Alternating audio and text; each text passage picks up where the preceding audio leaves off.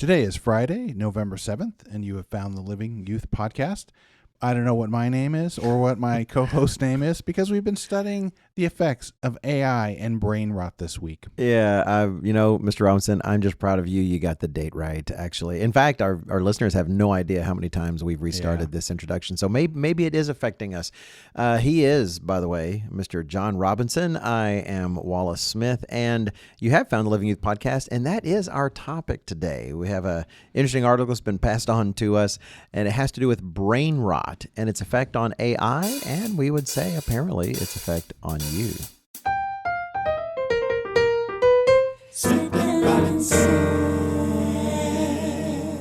Thank you, Mr. and Mrs. Boyer, and welcome again to the Living Youth Podcast. And so today we are talking about brain rot, and we will discuss what that is.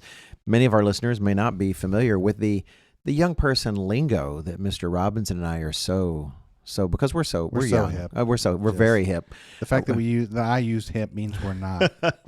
Maybe breaking our hips sometime soon, but regardless, however, what is brain rot? It's when that many of us growing up, we'd talk about brain rot, just stuff like, oh boy, something's wrong with his brain.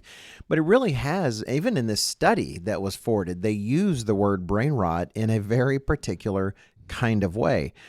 These days, when you see the phrase brain rot in print, or you see it referred to in some kind of seemingly even clinical way, it's referring to a specific kind of media that you come across, especially on the internet and especially in social media, and I certainly include YouTube in that. It's the kind of media that is algorithmically driven to be fed to you, kind of junk on your social media feeds, etc. Constant flows of small, short videos. News can come into that. There's very sensationalistic kind of news that is not only just extremely one-sided, but is very quick, very poor, just goes straight into your brain without a lot of analysis that you have to do. TikTok style video watching. You can't just say TikTok anymore, folks, because TikTok has been so successful that everybody's replicating it, whether it's YouTube or Instagram.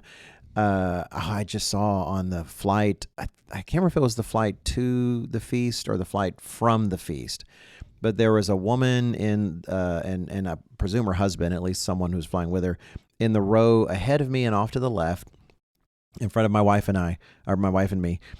And the plane hasn't taken off yet. It hasn't. So we're kind of all on our phones until we're supposed to put them on airplane mode.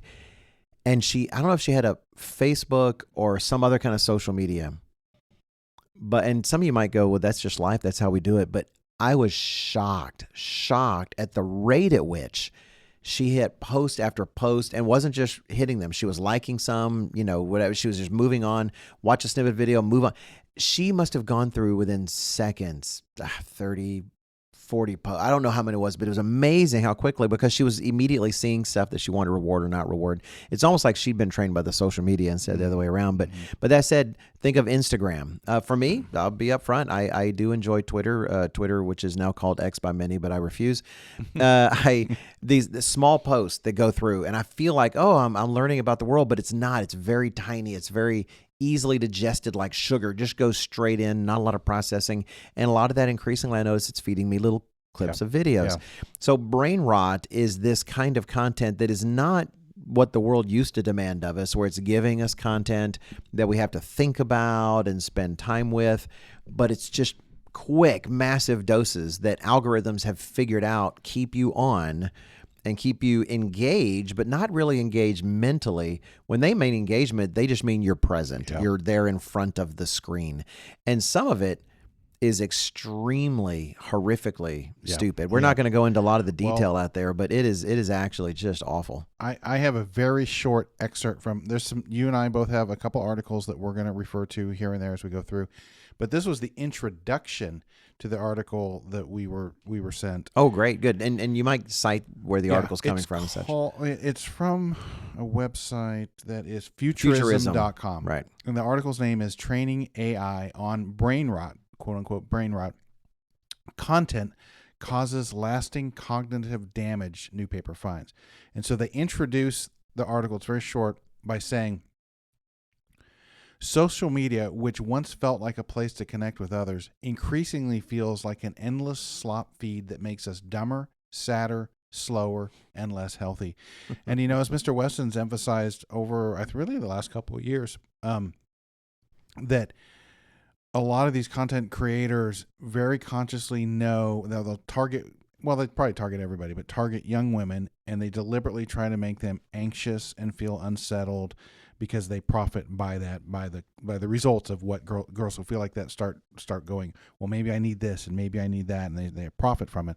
So I think it's good to get out of the way up front that content like this is created that does damage us, and some of those people who create it don't care, or that is their goal. Yes, we're definitely going to be talking about that. And I would highlight, I told Mr. Robinson I want to work very hard not to jump into a rabbit hole I'm currently in with this book that I'm reading about AI by these AI researchers. Just stunningly interesting.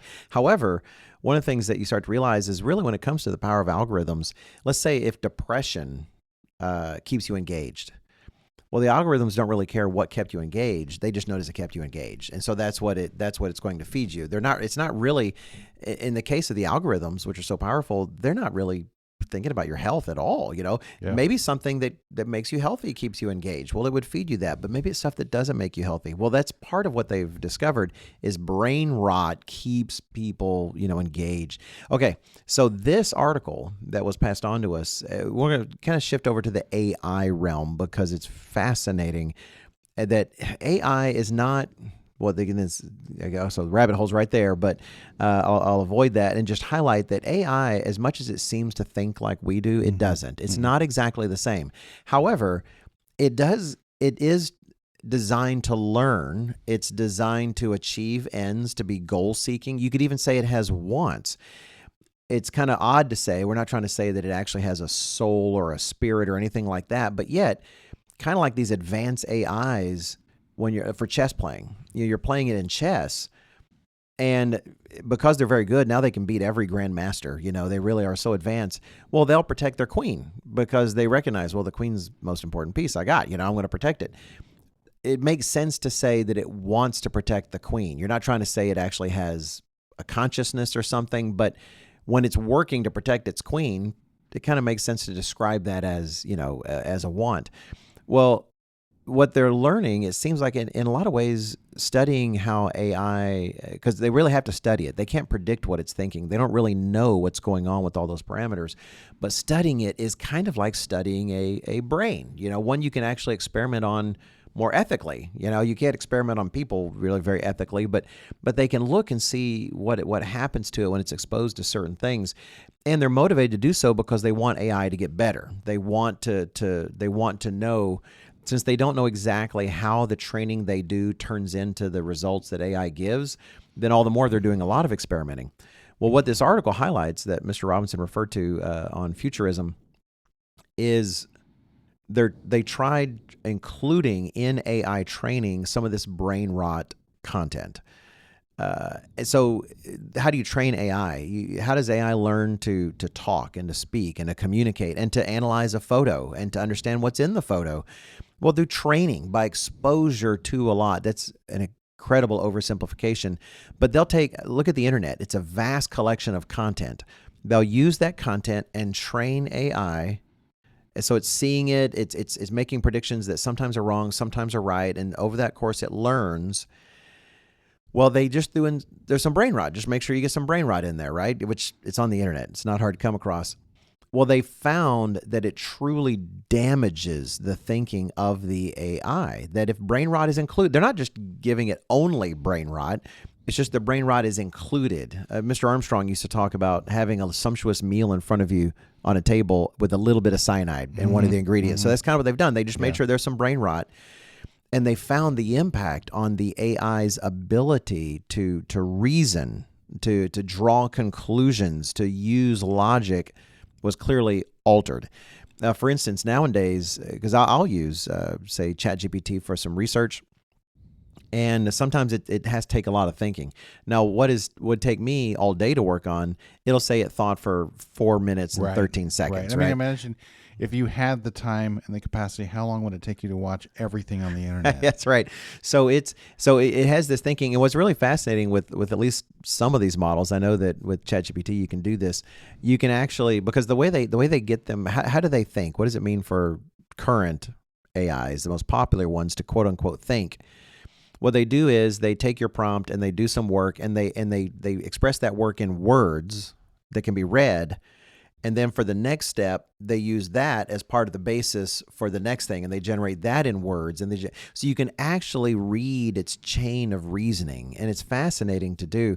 I just recently doing some work trying to find some work that was before 1985. On the internet, and it was working for me and exposing the thinking, and you could see it says, okay, this article looks like it satisfies what the user has asked for. But it's not before 1985. I need to change my search. So you see it reasoning. It's very fascinating. But what they found was when they drop in some of this brain rot, that they damage the reasoning, that the reasoning of the AI starts skipping steps. It's kind of like when your friend is thinking through something and you realize they're making this little leap in logic that makes no sense because they're drawing a conclusion that's nonsense, and you can see it. You see, it's like, no, wait, you didn't think about that we don't have time to get the car from the shop, or whatever the case is. Well, the AI starts making those mistakes. The feeding brain rot into the AI, it uses it as data, and it ends up actually affecting the thinking of the artificial intelligence. All right, so let me see if make sure I'm understanding what you're saying, and just kind of recap a little bit. We've all seen for quite a while how our various social media feeds slowly it just wants to keep you occupied, and it doesn't care what it does to keep you occupied. I'll give you one example. Hopefully this won't be too personal.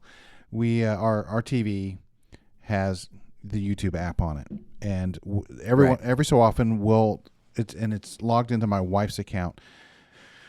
So lots of thrifting videos. Well, if you watch even like one Tucker Carlson video, maybe he had somebody on that you're familiar with and you kind of want to see the conversation. It's just one refresh later that you are starting to see more conservative content. Let alone you pick a second thing that starts running your feed with more and more. And pretty soon you've got your feed is MAGA or whatever. Whatever it is, right? And it wants to keep you busy. But increasingly, like with things like TikTok, the only video game I ever got hooked on, and it lasted about 6 months, and one day I rage quit and deleted the app and never put it back on there again because I realized how terrible this was. My brother tells me later, it was designed, every game was 3 minutes or less, and that was quite deliberate. And so that, like, if you're standing in line to get stamps, I know nobody gets stamps anymore, and you're standing in line, you probably could whip out the phone and get one game in under 3 minutes. And so, like, TikTok has just taken that and supercharged it. But how much good content is there? There's not. So, like, more and more, what is that? What that endless slop begins to kind of right. And then now there's more and more and more of it because it holds people's attention on the internet. So as you're training these large language models, AIs like ChatGPT, for example, you're using the internet, which is probably a pretty good way to train it on some level because there's just so much content that it can go through. As more and more brain rot infects the whole internet, it affects the reasoning of the LLMs so that you start getting worse and worse results. Yes. Yeah. I can give, I think, an example. Now, someone out there, let me know, because I haven't actually seen the original, and I actually saw one being made. There's a phenomenon out there, at least, who knows, phenomenons come and go so fast.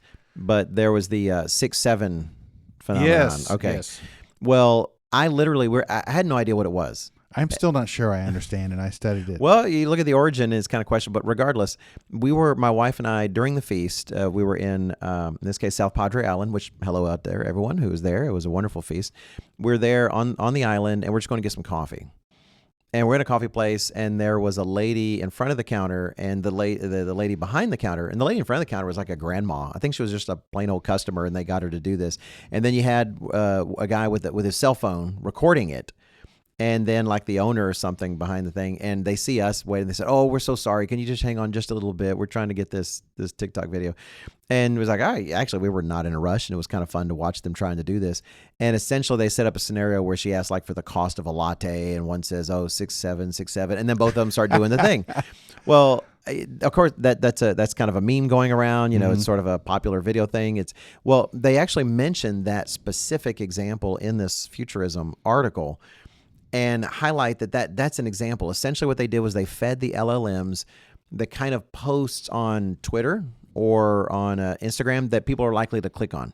The kind of games that make you want to, like, oh yeah, I'll keep playing, where they're not inherently evil. They're not like they're trying to give you something bad or they're filled with misinformation. They kind of describe it. It's, let's see, just kind of junk content in that it's not that profitable. It's not, there's no real solid, worthwhile content in it. It's just shallow and kind of meaningless, trivial, right? So unchallenging. That's one of the words they use. Like it doesn't really challenge your brain in any way, right? So this kind of the brain rot stuff. Well, here's a quote from the article. It says that because I think actually the punchline's at the very end of this piece.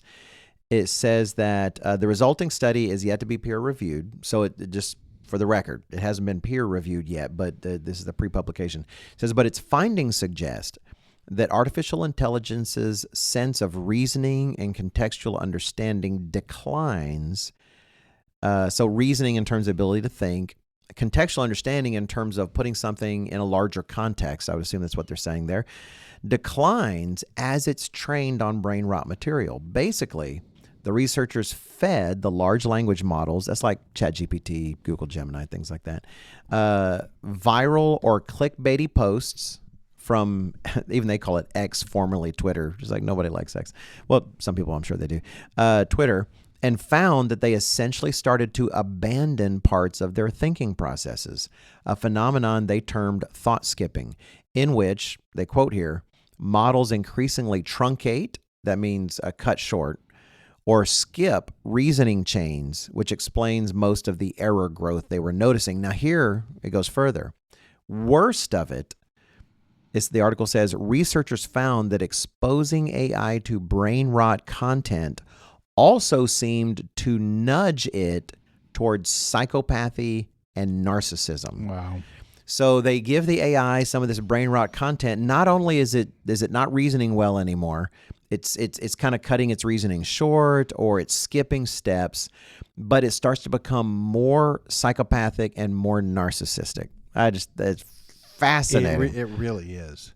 You wouldn't think you could damage a LLM like that, but clearly you can. Yeah, absolutely. And before we get to, I think, what is the most fascinating aspect of that, we did want to talk about the fact that, unless there be any doubt, it's already been shown that brain rot does mess with our human minds. Yep. I mean, that actually isn't as much of a question. There's another article in Futurism, actually. In fact, they probably linked to it from this one, how I found it, but it goes earlier. It was about a year ago, December of 2024, titled "Brain Rot, quote unquote, is poisoning our minds." Yep. I have a quote from that article. While you're looking it up, I just want to mention. Yeah, let me see if I can find it. We've known before how the rise of brain rot and how it's affecting AI and affecting humans, and then therefore, of course, like before any of that, just some of the social media, and I would throw video games into this category. They kind of hijack our motivation. Oh yeah. Our limbic system, our dopamine hits, and we feel like we're succeeding, but we're doing literally nothing but consuming content or playing. And I don't mean you can't play games and get some reward from it, but like if you do it a lot, it hijack, and then what happens? Like you're not motivated to do things in real life. Yes. Because you've gotten all these rewards and these achievements by doing all these things that actually bring very little value. Completely. It's funny because we're talking about things that studies have shown, biology has shown, psychology. At the same time, let's be upfront. God says, honor your father and your mother.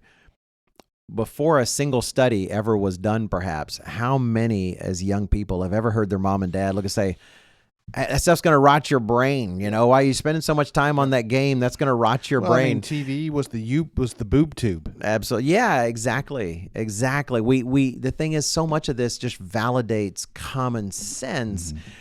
But it's so easy. Oh, mom, dad, you don't understand. I'm just having fun. Well, science is increasingly showing that actually, guess what? Mom and dad were right. It actually is rotting your brain. And I would say even as mom and dads, as adults, I'm a 55-year-old man, I consume some of this kind of content. They're talking about Twitter posts. I'm exposed to a ton of those. Well, that article, I did find the quote. That article from the Futurism article that's actually about real brains, not about AI, says the following. One 2023 study, which surveyed around 1,100 people, found that compulsive digital content consumption could lead to poor physical and mental health outcomes, especially high levels of stress.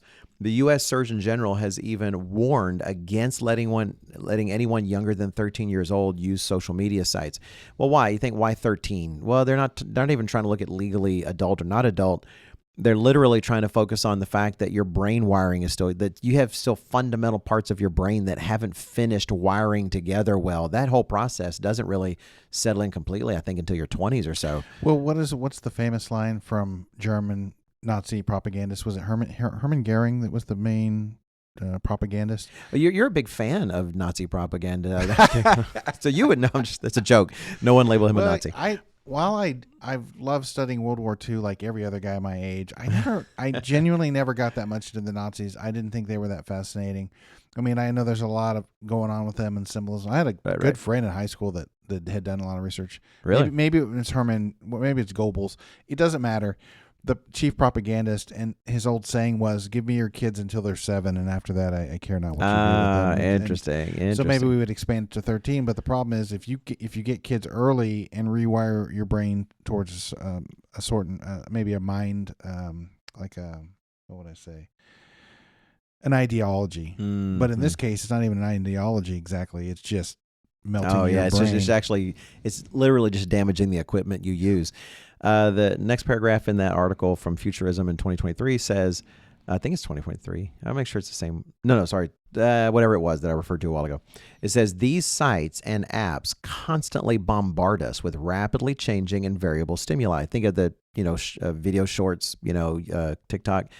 Explained Eduardo Fernandez Jimenez, a clinical psychologist of Hospital La Paz, Madrid, forcing us to constantly change our focus. Because you think, well, but I'm watching good, clean stuff, as people taking care of their pets. The thing is, it's brief and you move on to the next one. It's brief and you move on to the next one. That's still part of the situation. Even if it's high quality, it's brief and it's quick focus change. It says this degrades our ability to concentrate on one task for long periods of time, he told El País. It says it is the one that is linked to academic learning and processes. That is, in terms of the brain that being affected. So even though they're talking about AI, yes, there's a real analog. This stuff does also affect our actual physical brains, which to me is what makes the real, and Mr. Robinson even read it already in the title, that makes the real punchline of the article and the study that much more terrifying. Yeah. And that is that. What was the title again? Oh, what was the title that you read, Mr. Robinson? Training AI on brain rot. Training AI on brain rot content causes lasting cognitive damage, new paper finds. Exactly. That is lasting damage. They found that the damage that, that's the other article. They found that the damage that is caused to AI actually appears to be permanent. It's not just that it's damaging, it's that it damages the AI in a way that later training they're not able to make up for. This is a quote from that article, the original article talking about the exposure to AI on these things.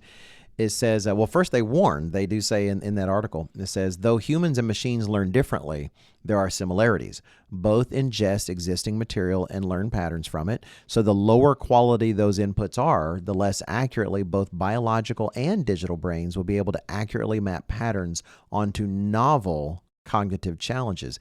And I would say that's what that's what real life is about, is getting new challenges you haven't faced before and knowing how to deal with it.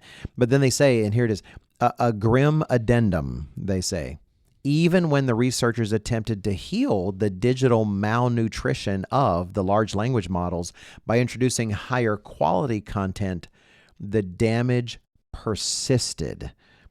Quote from, I think, one of the researchers.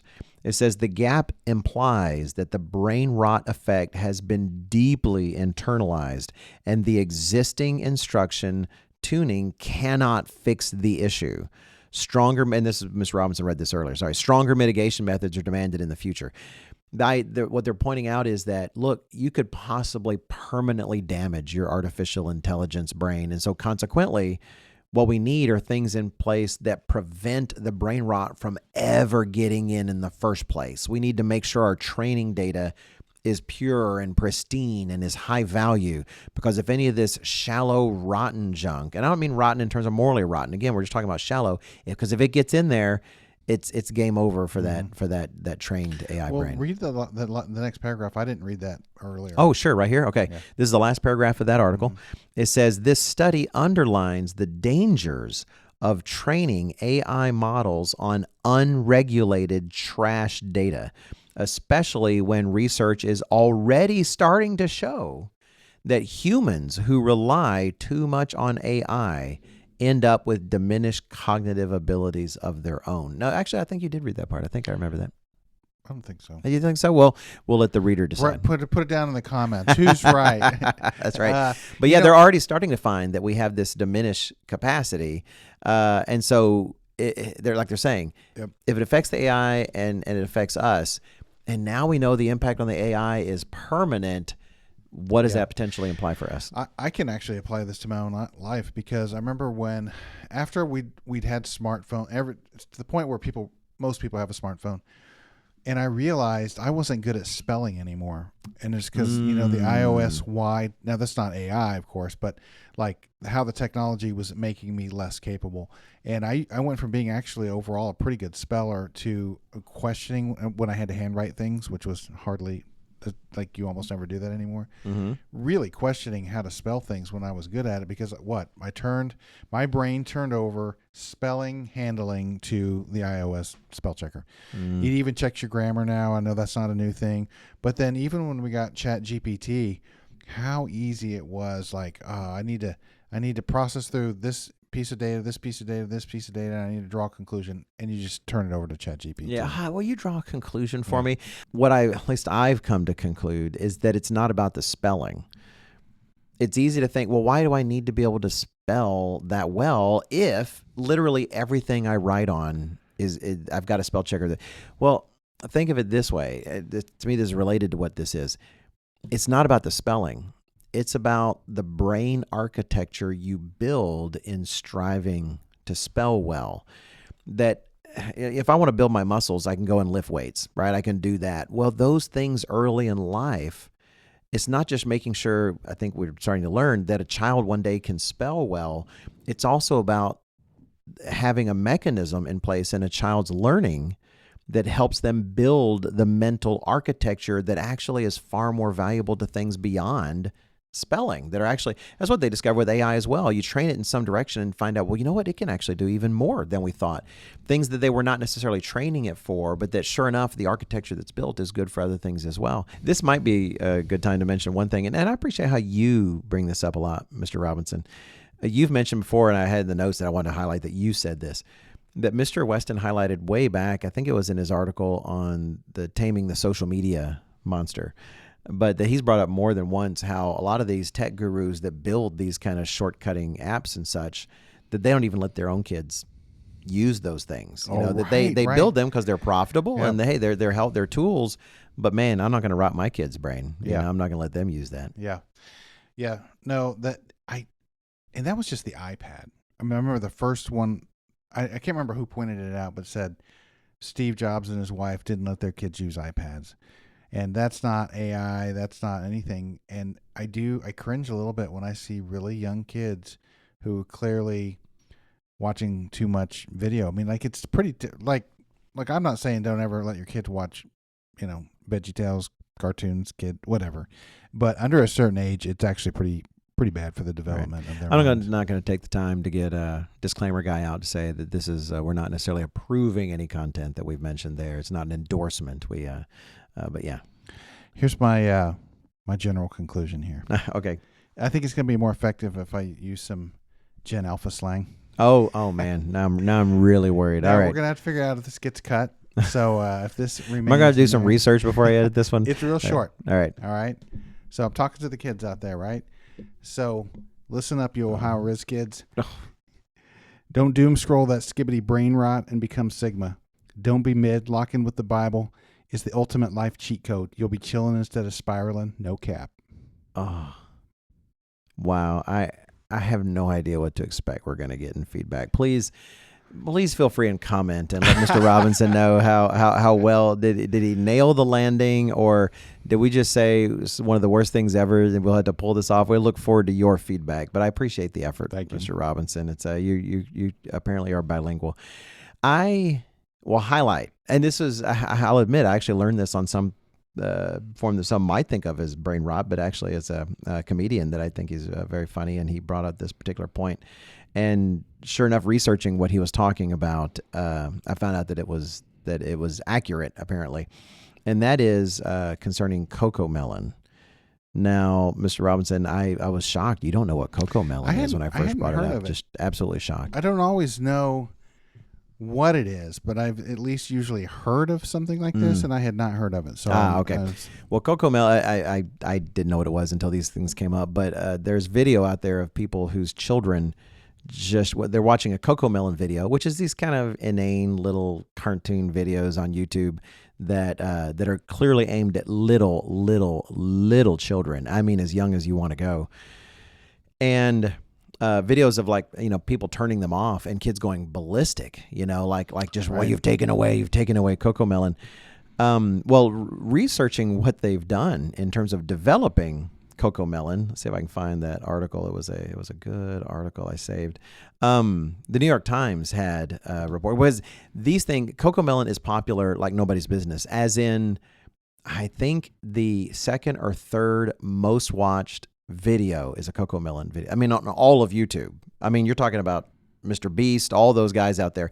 And I think it's the second or third most subscribed channel on YouTube. One of our other brain rot examples that we're not going to mention has 3 billion. There you go. You with cocoa melon, you were talking about literally billions of views and I think even subscribers. But regardless, so you're talking about something massive. All right. Well, cocoa melon is these little videos. I remember seeing a clip of one. It's like, and you remember the Teletubbies? I mean, you're really talking about this kind of generic. That was also brain rot. Yeah, material. That was brain rot before you had YouTube and stuff.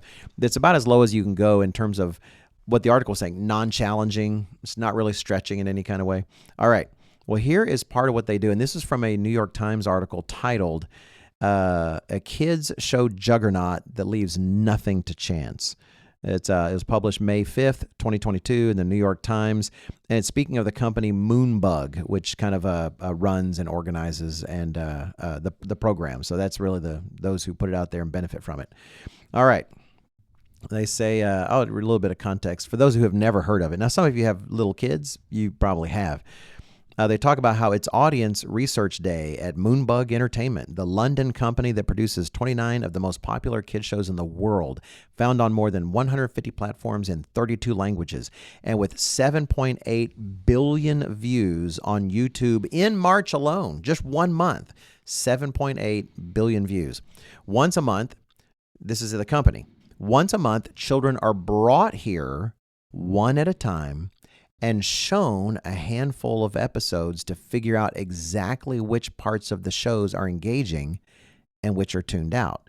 So they're literally, in a scientific way, testing individual children on their videos. Now it continues. For anyone older than 2 years old, so if you could be a 2.5-year-old, maybe 2 years and 1 month, I don't really know, 3 years old. It says the team deploys a whimsically named tool, the Distractatron, which sounds cute, anything with Tron at the end like that. All right. It's a small TV screen placed a few feet from the larger one that plays a continuous loop of banal real-world scenes, like a guy pouring a cup of coffee, someone getting a haircut, something, I would say things that the kids might see in the real world around them. So it's not like, it's just real stuff. Each clip lasting about 20 seconds. So that is, on one screen, they've got cocoa melon. Mm-hmm. for these, 2+ year old kids. But on this other smaller screen, they've got these just basic everyday Kind of things. normal Just life. normal life. Yeah. All right. It says that they're watching. That is, the researchers watch the kids. Whenever a youngster looks away from the Moonbug show, like Cocomelon, to glimpse the distractitron, a note is jotted down. They take note. Oh, he turned his head. That's a note. The research group is run by someone named Maurice Wheeler, and it quotes him saying, "Oh, well, then it's not mega interesting for me. What's on the distractitron?" It says, but if they aren't fully focused, they might go, "Oh, what's that?" and kind of drift over. We can see what they're looking at and the exact moment when they got distracted. So what they do is they play their video. They see the kid miss something and they'll go, "Okay, let's not have that anymore. Let's not." And as a result, scientifically, this is my words now, not the article, I would say they are crafting meth for children. Yeah. That these children get addicted because you got experts paid tens upon hundreds of thousands of dollars in a room watching individual little children and seeing how can we maximize the power of this to capture their attention so rapidly that literally nothing else in the real world could possibly pull them away. So I did not know that, and you just told me about that yesterday. And that of all the stuff we've talked about today, I think that one hit me the most, because if I was a parent, I'm still a parent. If I was a parent with small kids, right, I'd like to think that this would really get my attention, because what we have in real life is people are perfecting how to distract our children. They know what they're doing. They're good at it. I would argue that they're kind of perfecting it.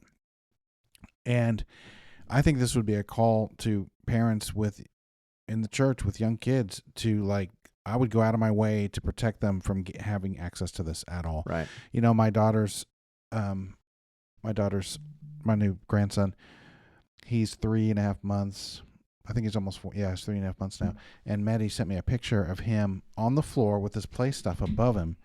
And then behind that, Maddie was watching some video. I don't remember what it was, but it was not brain rot.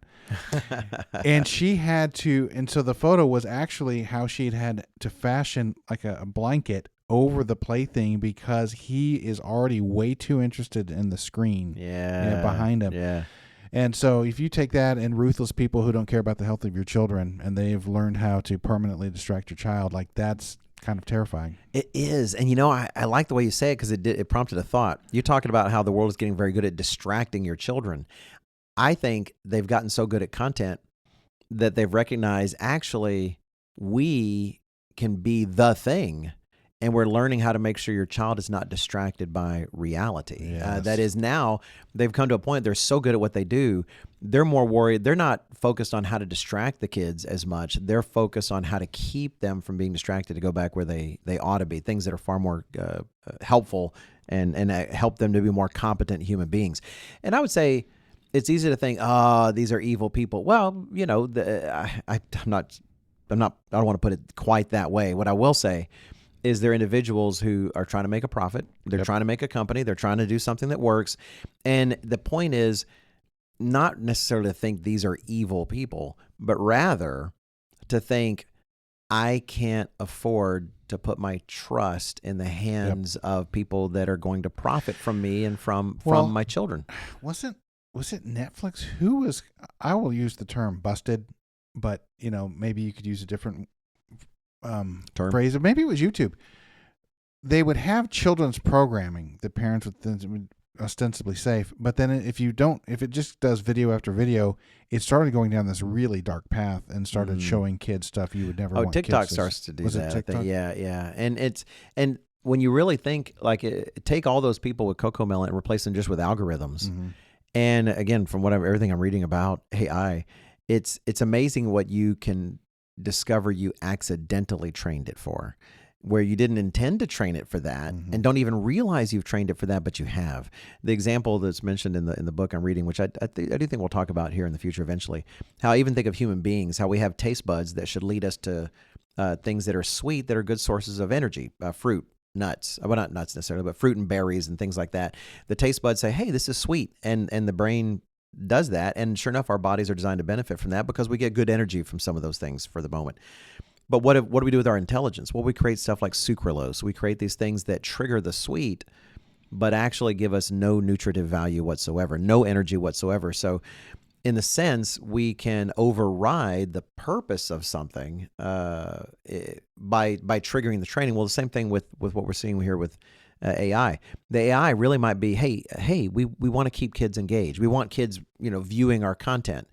Well, it's not actively thinking, oh, I can't wait to feed them demonic, things, but it knows that Only on works. Halloween. And they see where you are, and you entered on this kind of video. Well, this video is very similar to this kind of video that keeps kids even longer, and it's similar to this video that keeps kids even longer.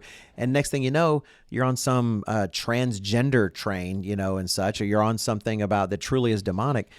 And so the verse that came to mind, and we do want to get to some scriptures here at the end, some principles that apply to all of this out of the Bible. This might seem like a fundamental one, but it's amazing how some of those verses that we'll even sing here and there in some of our hymns that I think, oh yeah, it's pretty basic. Yeah, don't trust people, right? But there ends up being layer upon layer as I get older. And in this case, it's a simple one. It's Psalm 146 and verse 3. It says, "Do not put your trust in princes, nor in a son of man in whom there is no help." I read that, and I don't even think it's necessarily trying to say, oh, you know what, they're always evil. You Right. can't trust princes because they're going to turn around on you, and they're going to. Well, no, the fact is, you should not invest in human beings the kind of trust that you can really only reserve to God. And so maybe you find a channel. Let me give an example out there. I've been really popular with a lot of people. Bluey. Bluey, the little dog show. You familiar with that, Mr. Robinson? Yes. I've seen a few clips of Bluey, and I got to admit, it's just charming as all get out. It just seems like, oh, that's adorable. Look at that. Well, one, understand that is not a wholehearted endorsement of Bluey. I don't have time to edit as much today. I'm not going to put, again, disclaimer guy on there. Just let you know that we're not wholeheartedly endorsing it, but all the more, it's been purchased, I think, by, oh boy, is it Netflix or Nickelodeon? I'm not sure who's purchased them, but someone said that, well, sure enough, it was very subtle, but there was a little character apparently, I don't know for certain because I'm not a Bluey fan, where a character says to one of the others, oh yeah, my dad's or my mom's. Right. And it was the most subtle of things, but there it is. Well, again, you think people, oh, they love kids and stuff. We're going to watch Bluey. It's so wholesome. Well, don't put your trust in people. And that would include the algorithms they create. These people that create these social media feeds, don't put your trust in a single one of them. And you might think, oh, no, I don't trust them. I know they're out to get me. I know they want my money. When you are just thumbing through videos for half an hour, you may not think you put your trust in them, but you just did. Mm-hmm. You literally said, you know what? I'm going to trust these guys to feed me good content for the next 30 minutes. And so you think, no, I'm more jaded than that. I know the world's out to get me. Look, I'm Gen Z. I understand the way the world works. Don't think of putting your trust as in just mentally saying, I trust these people. Look at your actions. Someone who thumbs through short videos for 30 minutes and who says, I don't trust any of these guys, has just had the same effect as someone who thumbs through saying, oh, I just love how this really gives me all that I want. So do you have Philippians 4 in your scriptures? You know what? I don't, but it is lacking because it should be there. Well, it's just kind of what you just said. And I thought this was interesting because going back and looking at it again, this is actually one of my favorite topics, if you will, to answer, which is, well, how's the Bible still relevant today? It was written 500,000 years ago. You it's modern times. And it's like, no. The human condition doesn't really change. What worries us and makes us anxious, what causes it may be a new modern thing, but that we feel those same emotions are the same. And it's interesting, Philippians 4, I'll read 6 through 9. And what is it? It's so this whole thing, those of you who know it, it's telling you where to put your focus. And it starts off with be anxious for nothing. What does social media do more than anything, and especially affects the girls even more, is it makes them anxious and worried and depressed. So if we want to orient ourselves away from things that make us depressed, that would include, doom scrolling social media and especially the brain rot. But be anxious for nothing, but in everything by prayer and supplication with thanksgiving, let your requests be made known to God. For the peace of God, which surpasses all understanding, will guard your hearts and minds through Jesus Christ.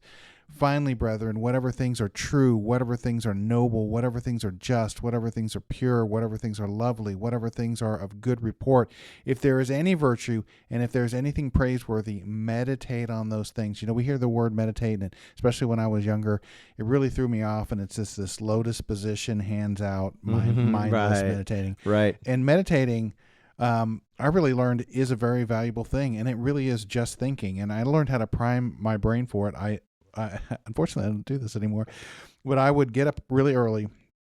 This is back when we still lived in Texas, and I would do, because I was giving sermonettes then, so I was always paranoid about making sure I was well prepared for my sermonette. So I would study the topic for about 45 minutes, and then I would change clothes and I would go out, and we had a nice area we could walk, and I could walk down 30 minutes and walk back 30 minutes. And what's interesting is back then the iPods were still a big thing, and I had a little iPod mini, and I would put it on and I would try to listen to something, but invariably after about 10 minutes I turned it off, because you know why? My brain was turning over the Bible study. It was thinking about it. It was trying to find connections. Yeah. And I know people process things a bit in different ways, but you're gonna later think about whatever you've consumed. Yeah. And so Paul being inspired here to say, hey, you know what you should be thinking about? Things that are true, noble, whatever improve the human condition. And these, whether you want to or not, you're later going to think on those things. That's just kind of how our brain works. Some people do it more instantaneously. Some people do it later. But whatever, meditate, think, kind of just think. It's an oversimplification, but think of it as thinking. Think on these things, I think is a reasonable way to also put it. These things which you learned and received and heard and saw in me, these do, and the God of peace will be with you. It just hits harder now, this emphasis on not being anxious and having peace with the modern world we live in, and the brain rot feed that we have access to. If you want peace and contentment and happiness, you get rid of all those other brain rot style things, and you just embrace the things of God. We're not Pentecostals, and I feel compelled to say amen to that, so I'll control myself. That is I think they don't own amen, Mr. Smith. That's right. I think we have a podcast on how to meditate. I think we did cover it as a topic once, so I'll try to look. And if we do, I'll try to remember to. I'll make a note right now to see if we have something like that. I just wrote med in my notes. I don't think it means I got to get some medication. But what I love about what you said, there's so much. I'll just kind of narrow it to two things. Is one, I think the example I heard someone say is, how it's interesting, the Bible tells us that clean animals, when it comes to beasts, are those who chew the cud. And that actually chewing the cud is kind of like, it's analogous for like meditation. I'm not saying that's why God made that designation, but a cow eats sense. And then brings it back up and kind of chews again. And that's kind of what you're doing. You meditate on, you think about what you have fed your brain. Well, part of the thing about this brain rot content is it feeds you nothing of substance. It's like the way the article described it. It's completely unchallenging. And I admit, there's times when I found myself in the car reflecting on some short little video, that made me laugh, right? And I'm not saying that the content that makes you laugh is bad. At the same time, am I really thinking profound thoughts? No, I'm like, that was funny. And I'm just playing it like 10 seconds of video over and over in my brain. Like, oh yeah, that was funny. Yeah, that was funny. Oh, that was funny. It's like there's nothing profound coming from that. And this idea of stuff that in tiny doses, I'd say in tiny doses can be fine. There's nothing wrong with someone sending you like a GIF or something. And it's like, oh, that's hilarious. We're not trying. It's like, man, you guys are real buzzkills. You hate everything. No, we don't hate everything. But the Bible addresses that as well. I think see it in Proverbs 25 and its comments about honey. Proverbs 25, verse 16. Have you found honey? Eat only as much as you need, lest you be filled with it and vomit. And then later in verse 27, same chapter, it says, it is not good to eat much honey. So to seek one's own glory is not glory. This idea that the algorithms, the system, it's designed, imagine it being like, instead of a bit of honey in your tea, or even a little honey on your ice cream, or even just like a tiny little honey candy, the little kind of ways you can enjoy honey. Think of it as like, they realize, well, you know what? We make a lot of money from honey. And so they designed this assembly line to just pour honey down your gullet. And you just think, well, this is delicious. This is the best honey I've ever had. The thing is, something in tiny doses that makes you chuckle with a grin. Like my family, we'll share funny little videos that we discovered on our thing. Well, I'll go look at that video sometimes, But then when I go out there, you know who's ready to show me another video? YouTube is. It's ready to do the rest. I can enjoy that as a family. We can all laugh together. It can be a small little social moment, and we enjoy it. And next thing you know, it's even an inside joke, which is kind of bonding. But I'm circling around the system. I got to make sure I don't fall into it. We're not saying that there can't be some value in some of these things. But that said, it's like honey. It's great in small doses. You know what that reminds me of? And I'll mention it, and then you decide if you think it's worth mentioning in kind of a recap style.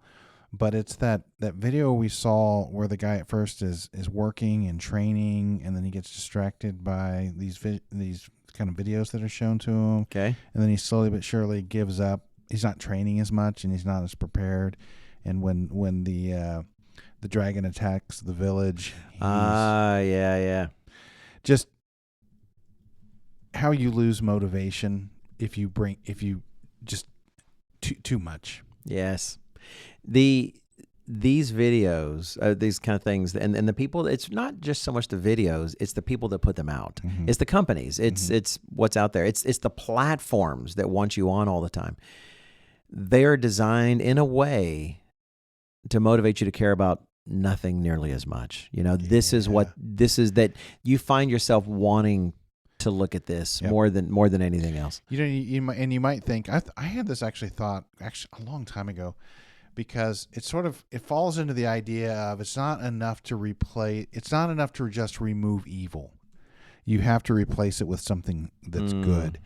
And so I realized that even if I had, so this is back again, it's actually the same time I lived in Texas that I referred to earlier. We didn't have cable. It was pretty easy not to watch too much TV. But even then, there was a few shows on PBS we would watch that were interesting, and they sometimes would distract me. And I realized there may be nothing wrong with the video. Literally, it can be like a crafting video about how to make something, but if you spend too much time on it, there is an opportunity cost where instead of doing something maybe with your family or something more profitable, it just kind of wasted your time. And God has a principle in there where Jesus Christ admonishes us to redeem the time, for the days are evil. Yes. And so even if you're not doing something inherently evil, if you allow yourself to be distracted enough where you're really not doing anything, that can, as a result, have a similar consequence. You know, what a great setup for, I think, 1 Corinthians chapter 6 and verse 12. To me, Paul addresses that exactly, because you have people who are saying, hey, what we're doing is lawful. It's not, what's up with it? What's wrong with it? What's wrong with you? And Paul told them, using kind of their own sloganeering about, all things are lawful. He said in 1 Corinthians 6:12, all things are lawful for me. Okay, fine. But all things are not helpful.